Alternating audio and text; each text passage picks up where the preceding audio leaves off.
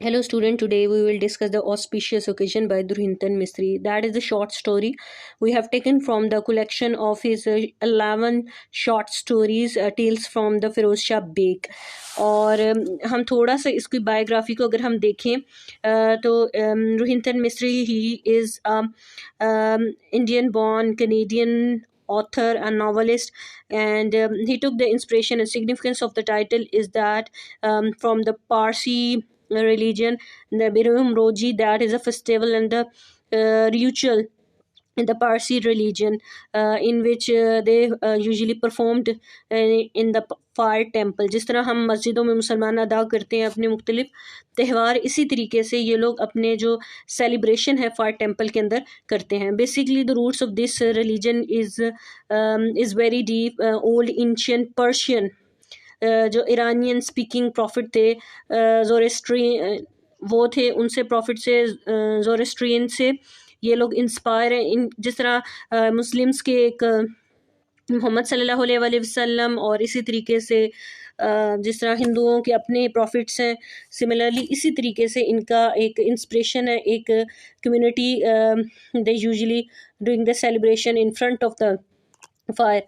आग की पूजा करते हैं ये लोग. और सिंपल वर्ड्स में अगर मैं आपको कहूँ, इसमें हम मुख्तलिफ करेक्टर्स हैं. महरू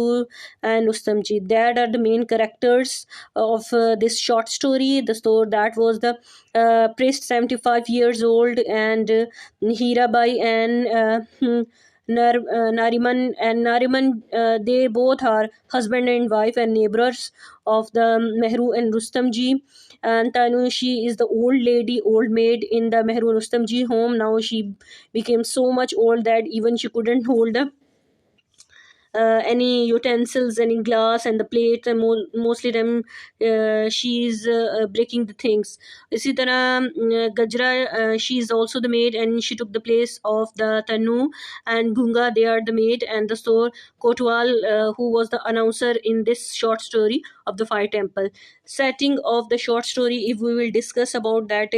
that is the Feroz Shah Beg apartment complex, where the both husband and wife Mehru and Rustam ji are living. Rustam ji is shouting and calling his wife, and Mehru, she got up early in the morning and she was ready and doing the preparation for the Biram Roji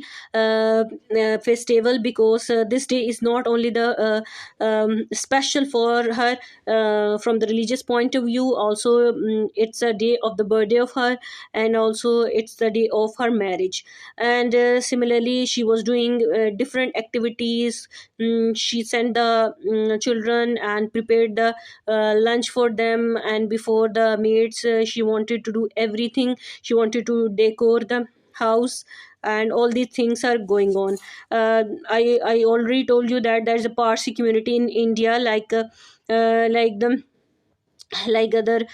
Muslims, and but the Parsi community, they are thinking they are just like a colonizer, and they have more dignity and more power as compared to the Muslims and the Hindu in the India. So we will discuss one by one their important characteristics. First of all is the Rustam ji character. He was calling his wife at this time because he has some problems. अब अगर उसकी problems के बारे में discuss करें, उसे physically और psychologically उसकी कंडीशन, उसके करेक्टर को उसका एनालिसिस करें, तो फिजिकली इसके साथ ये प्रॉब्लम है, he has a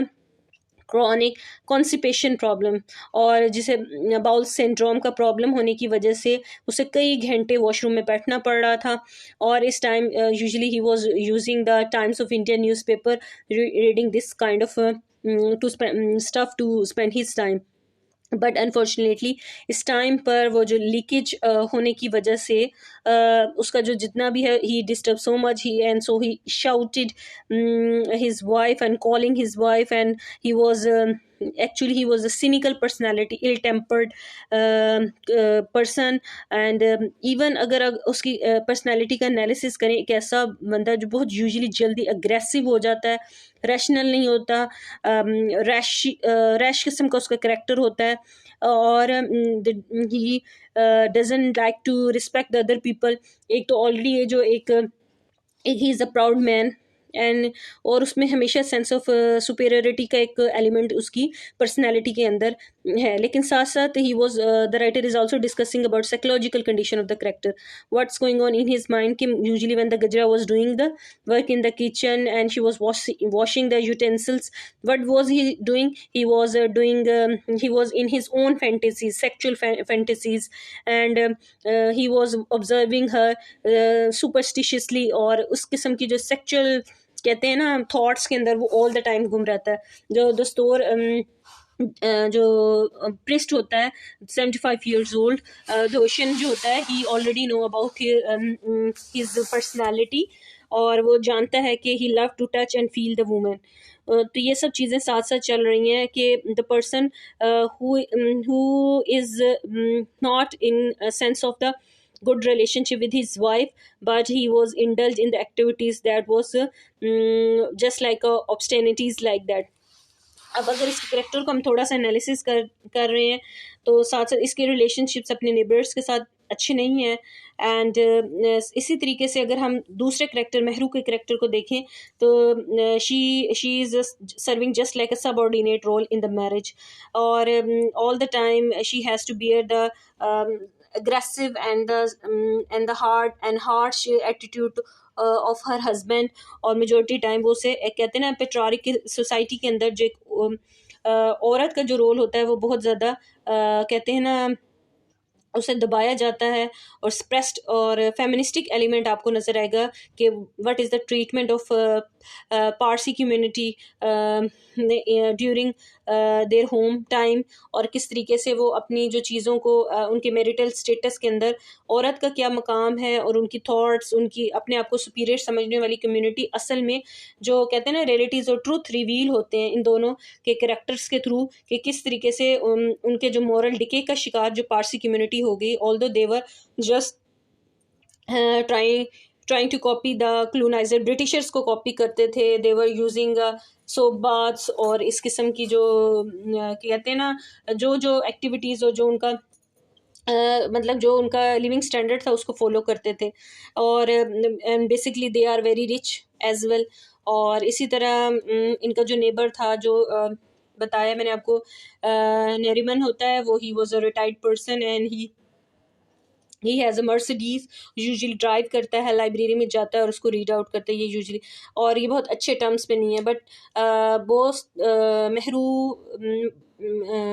has a good relationship with her neighbours, so उसके मुकाबले में हस्बैंड के मुकाबले में बहुत अच्छा वो उसका रिलेशनशिप अपने इर्द गिर्द है। She is in hurry, she wants to go to the fire temple, और वहाँ पे उसको सेरेमनी और रिचुअल को परफॉर्म करना चाह रही है, और इससे पहले वो हर चीज़ को मैनेज करना चाह रही है because she want to do everything with the sequence wise, and she doesn't want to omit anything. जो उनकी रिचुअल्स हैं, जिस तरह घर के बाहर चाक डिज़ाइन है उससे डिकोर किया जाता है, घर को फ्लावर्स हैंग आउट किए जाते हैं, लुबान की लकड़ी को जलाया जाता है, और बेहरोम रोजी फेस्टिवल के मौके पर ये सारे वो एलिमेंट्स करना चाह रही है। Although Rustom ji has not any concern about such kind of activities, उसे बस एक he has he has his own life, किस तरह जिस तरह एक बंदा अपनी ही लाइफ के अंदर गुम हो जाता है। But before that one day, before last night, उसने पहले ही Mehru she washed his shirt, his trouser, and also the डुगली, और जैसे तोहमत आप उर्दू में कहते हैं ना धोती, समथिंग लाइक दैट, उसको वॉश करके रेडी करके उसको आयरन कर लेती है, and also she decided to wear the white sari और ब्लाउज, और उसको रेडी करके वो एक दिन पहले इसकी प्रिपरेशन कर चुकी है। She is a well behave women, जो कि अपना जो रोल है as a mother, as a wife जो है परफॉर्म कर रही है। अब हम जब कुछ थीम्स के बारे में डिस्कस करें, इसमें फेमिनिस्टिक एलिमेंट है, treatment of Rustom ji with his wife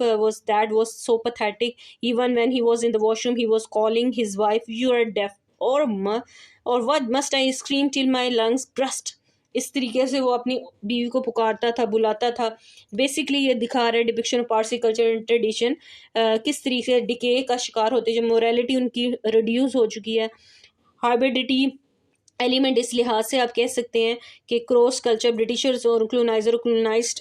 people के आपस में एक्सचेंज से एक नया कल्चर डेवलप हो गया है, जिसमें इनकी अपनी जो वैल्यूज़ हैं वो कहीं डिम होती जा रही हैं, और उसमें बहुत हद तक ब्रिटिशर्स के जो एलिमेंट्स हैं, उनके कल्चर, उनके वैल्यूज़ को देवर अडॉप्टिंग। और इसी तरीके से जिस तरह वो एक concept of superiority of the coloniser होते हैं कि they were thinking they are superior and the Indians they are others के तौर पे कंसिडर करते हैं उनको, सेवेजेस, प्रिमेटिव। इसी तरह जो पारसी कम्युनिटी है, their treatment with the other Indians was not good. तो बेसिकली वो ये दिखाना चाह रहे हैं कि किस तरीके से ये अपनी वैल्यूज़ को दे हैव लॉस्ट। और इसी तरीके से जब वो when the Mehru arrived at the fire temple there was a crowd, and police जो व्हीकल थी वो अराइव्ड हुई, and then she was scared कि व्हाट हैपेंड। तो देन जो दस्तूर था, उसने वो जो प्रिस्ट था उसने अनाउंसमेंट किए थे कि एक किस तरह जो लास्ट नाइट जो है वो एक यंग जो था उस पारसी ने जो 75 years प्रिस्ट को उसका मर्डर कर दिया। तो she was surprise and she became so much scared, and after that she rain towards the home. और अब अगर दूसरी तरफ देखें तो जो रुस्तम जी है, after free from the washroom he was ready to go to the fire temple, और फिर वो एक टैक्सी लेता है। बस में पहले सबसे पहले बोर्डिंग में सवार होता है, वहाँ पे इट हैपेंड के समवन वाज ईटिंग पान, और इस तरह पान का जो जूस होता है उसकी डुगली पर गिर जाता है वाइट, और इस तरह से फाइट स्टार्ट हो जाती है। फाइट स्टार्ट होने के बाद वो क्या करते हैं, आपस में फाइट स्टार्ट होती है, but he has a sense of superiority. वो हर बंदे को नीचा दिखाने की वजह से आपस में फाइट बहुत एक्सट्रीम हो जाती है, but the people try to patch up the things. लेकिन उस वक्त ये होता है कि एट लास्ट इसको जो है, इसकी जो डुगली होती है बो डाउन हो जाती है शर्मिंदगी के मारे, वो बस से उतरता है और टैक्सी लेता है और घर वापस आ जाता है। घर वापस आता है तो फिर उसके बाद Mehru she return to the home, and she told all the story what happened in the fire temple, and she was so much depressed at this के it was a auspicious occasion, and what happened कि one Parsi killed the other Parsi, and ये क्या हो रहा है, सब कुछ impatience जो क्रिएट हो रही है पारसी कम्युनिटी के अंदर, और किस तरीके से करप्शन और सारी चीज़ें जो चल रही हैं साथ साथ। और इसी तरह जो पारसी कम्युनिटी की एक अपनी वैल्यूज़, रिस्पेक्ट, रिगार्ड था जो दूसरे पारसीज के लिए किया जाता था, ये अपने दूसरे ह्यूमन बींग्स के हवाले से किया जाता था, they lost in the sense of the superiority. और हर चीज़ को even they are isolated in the India because इन्होंने अपने सेंस ऑफ सुपेरियरिटी और प्राउड ही की वजह से इनके relationship with other communities became very weak. हर बंदे को वो जो थे इन्फीरियर कंसिडर करते थे, और जिसकी वजह से इनके रिलेशनशिप जो दूसरी मुस्लिम और हिंदू कम्युनिटीज़ के साथ काफ़ी डिक्लाइन साइड तरफ चले गए थे। This is all about that story, and I hope you understand. If you like my descriptions and the theme whatever, and in case of any query you can give the comment and I will respond you definitely, and subscribe my channel. Thank you very much.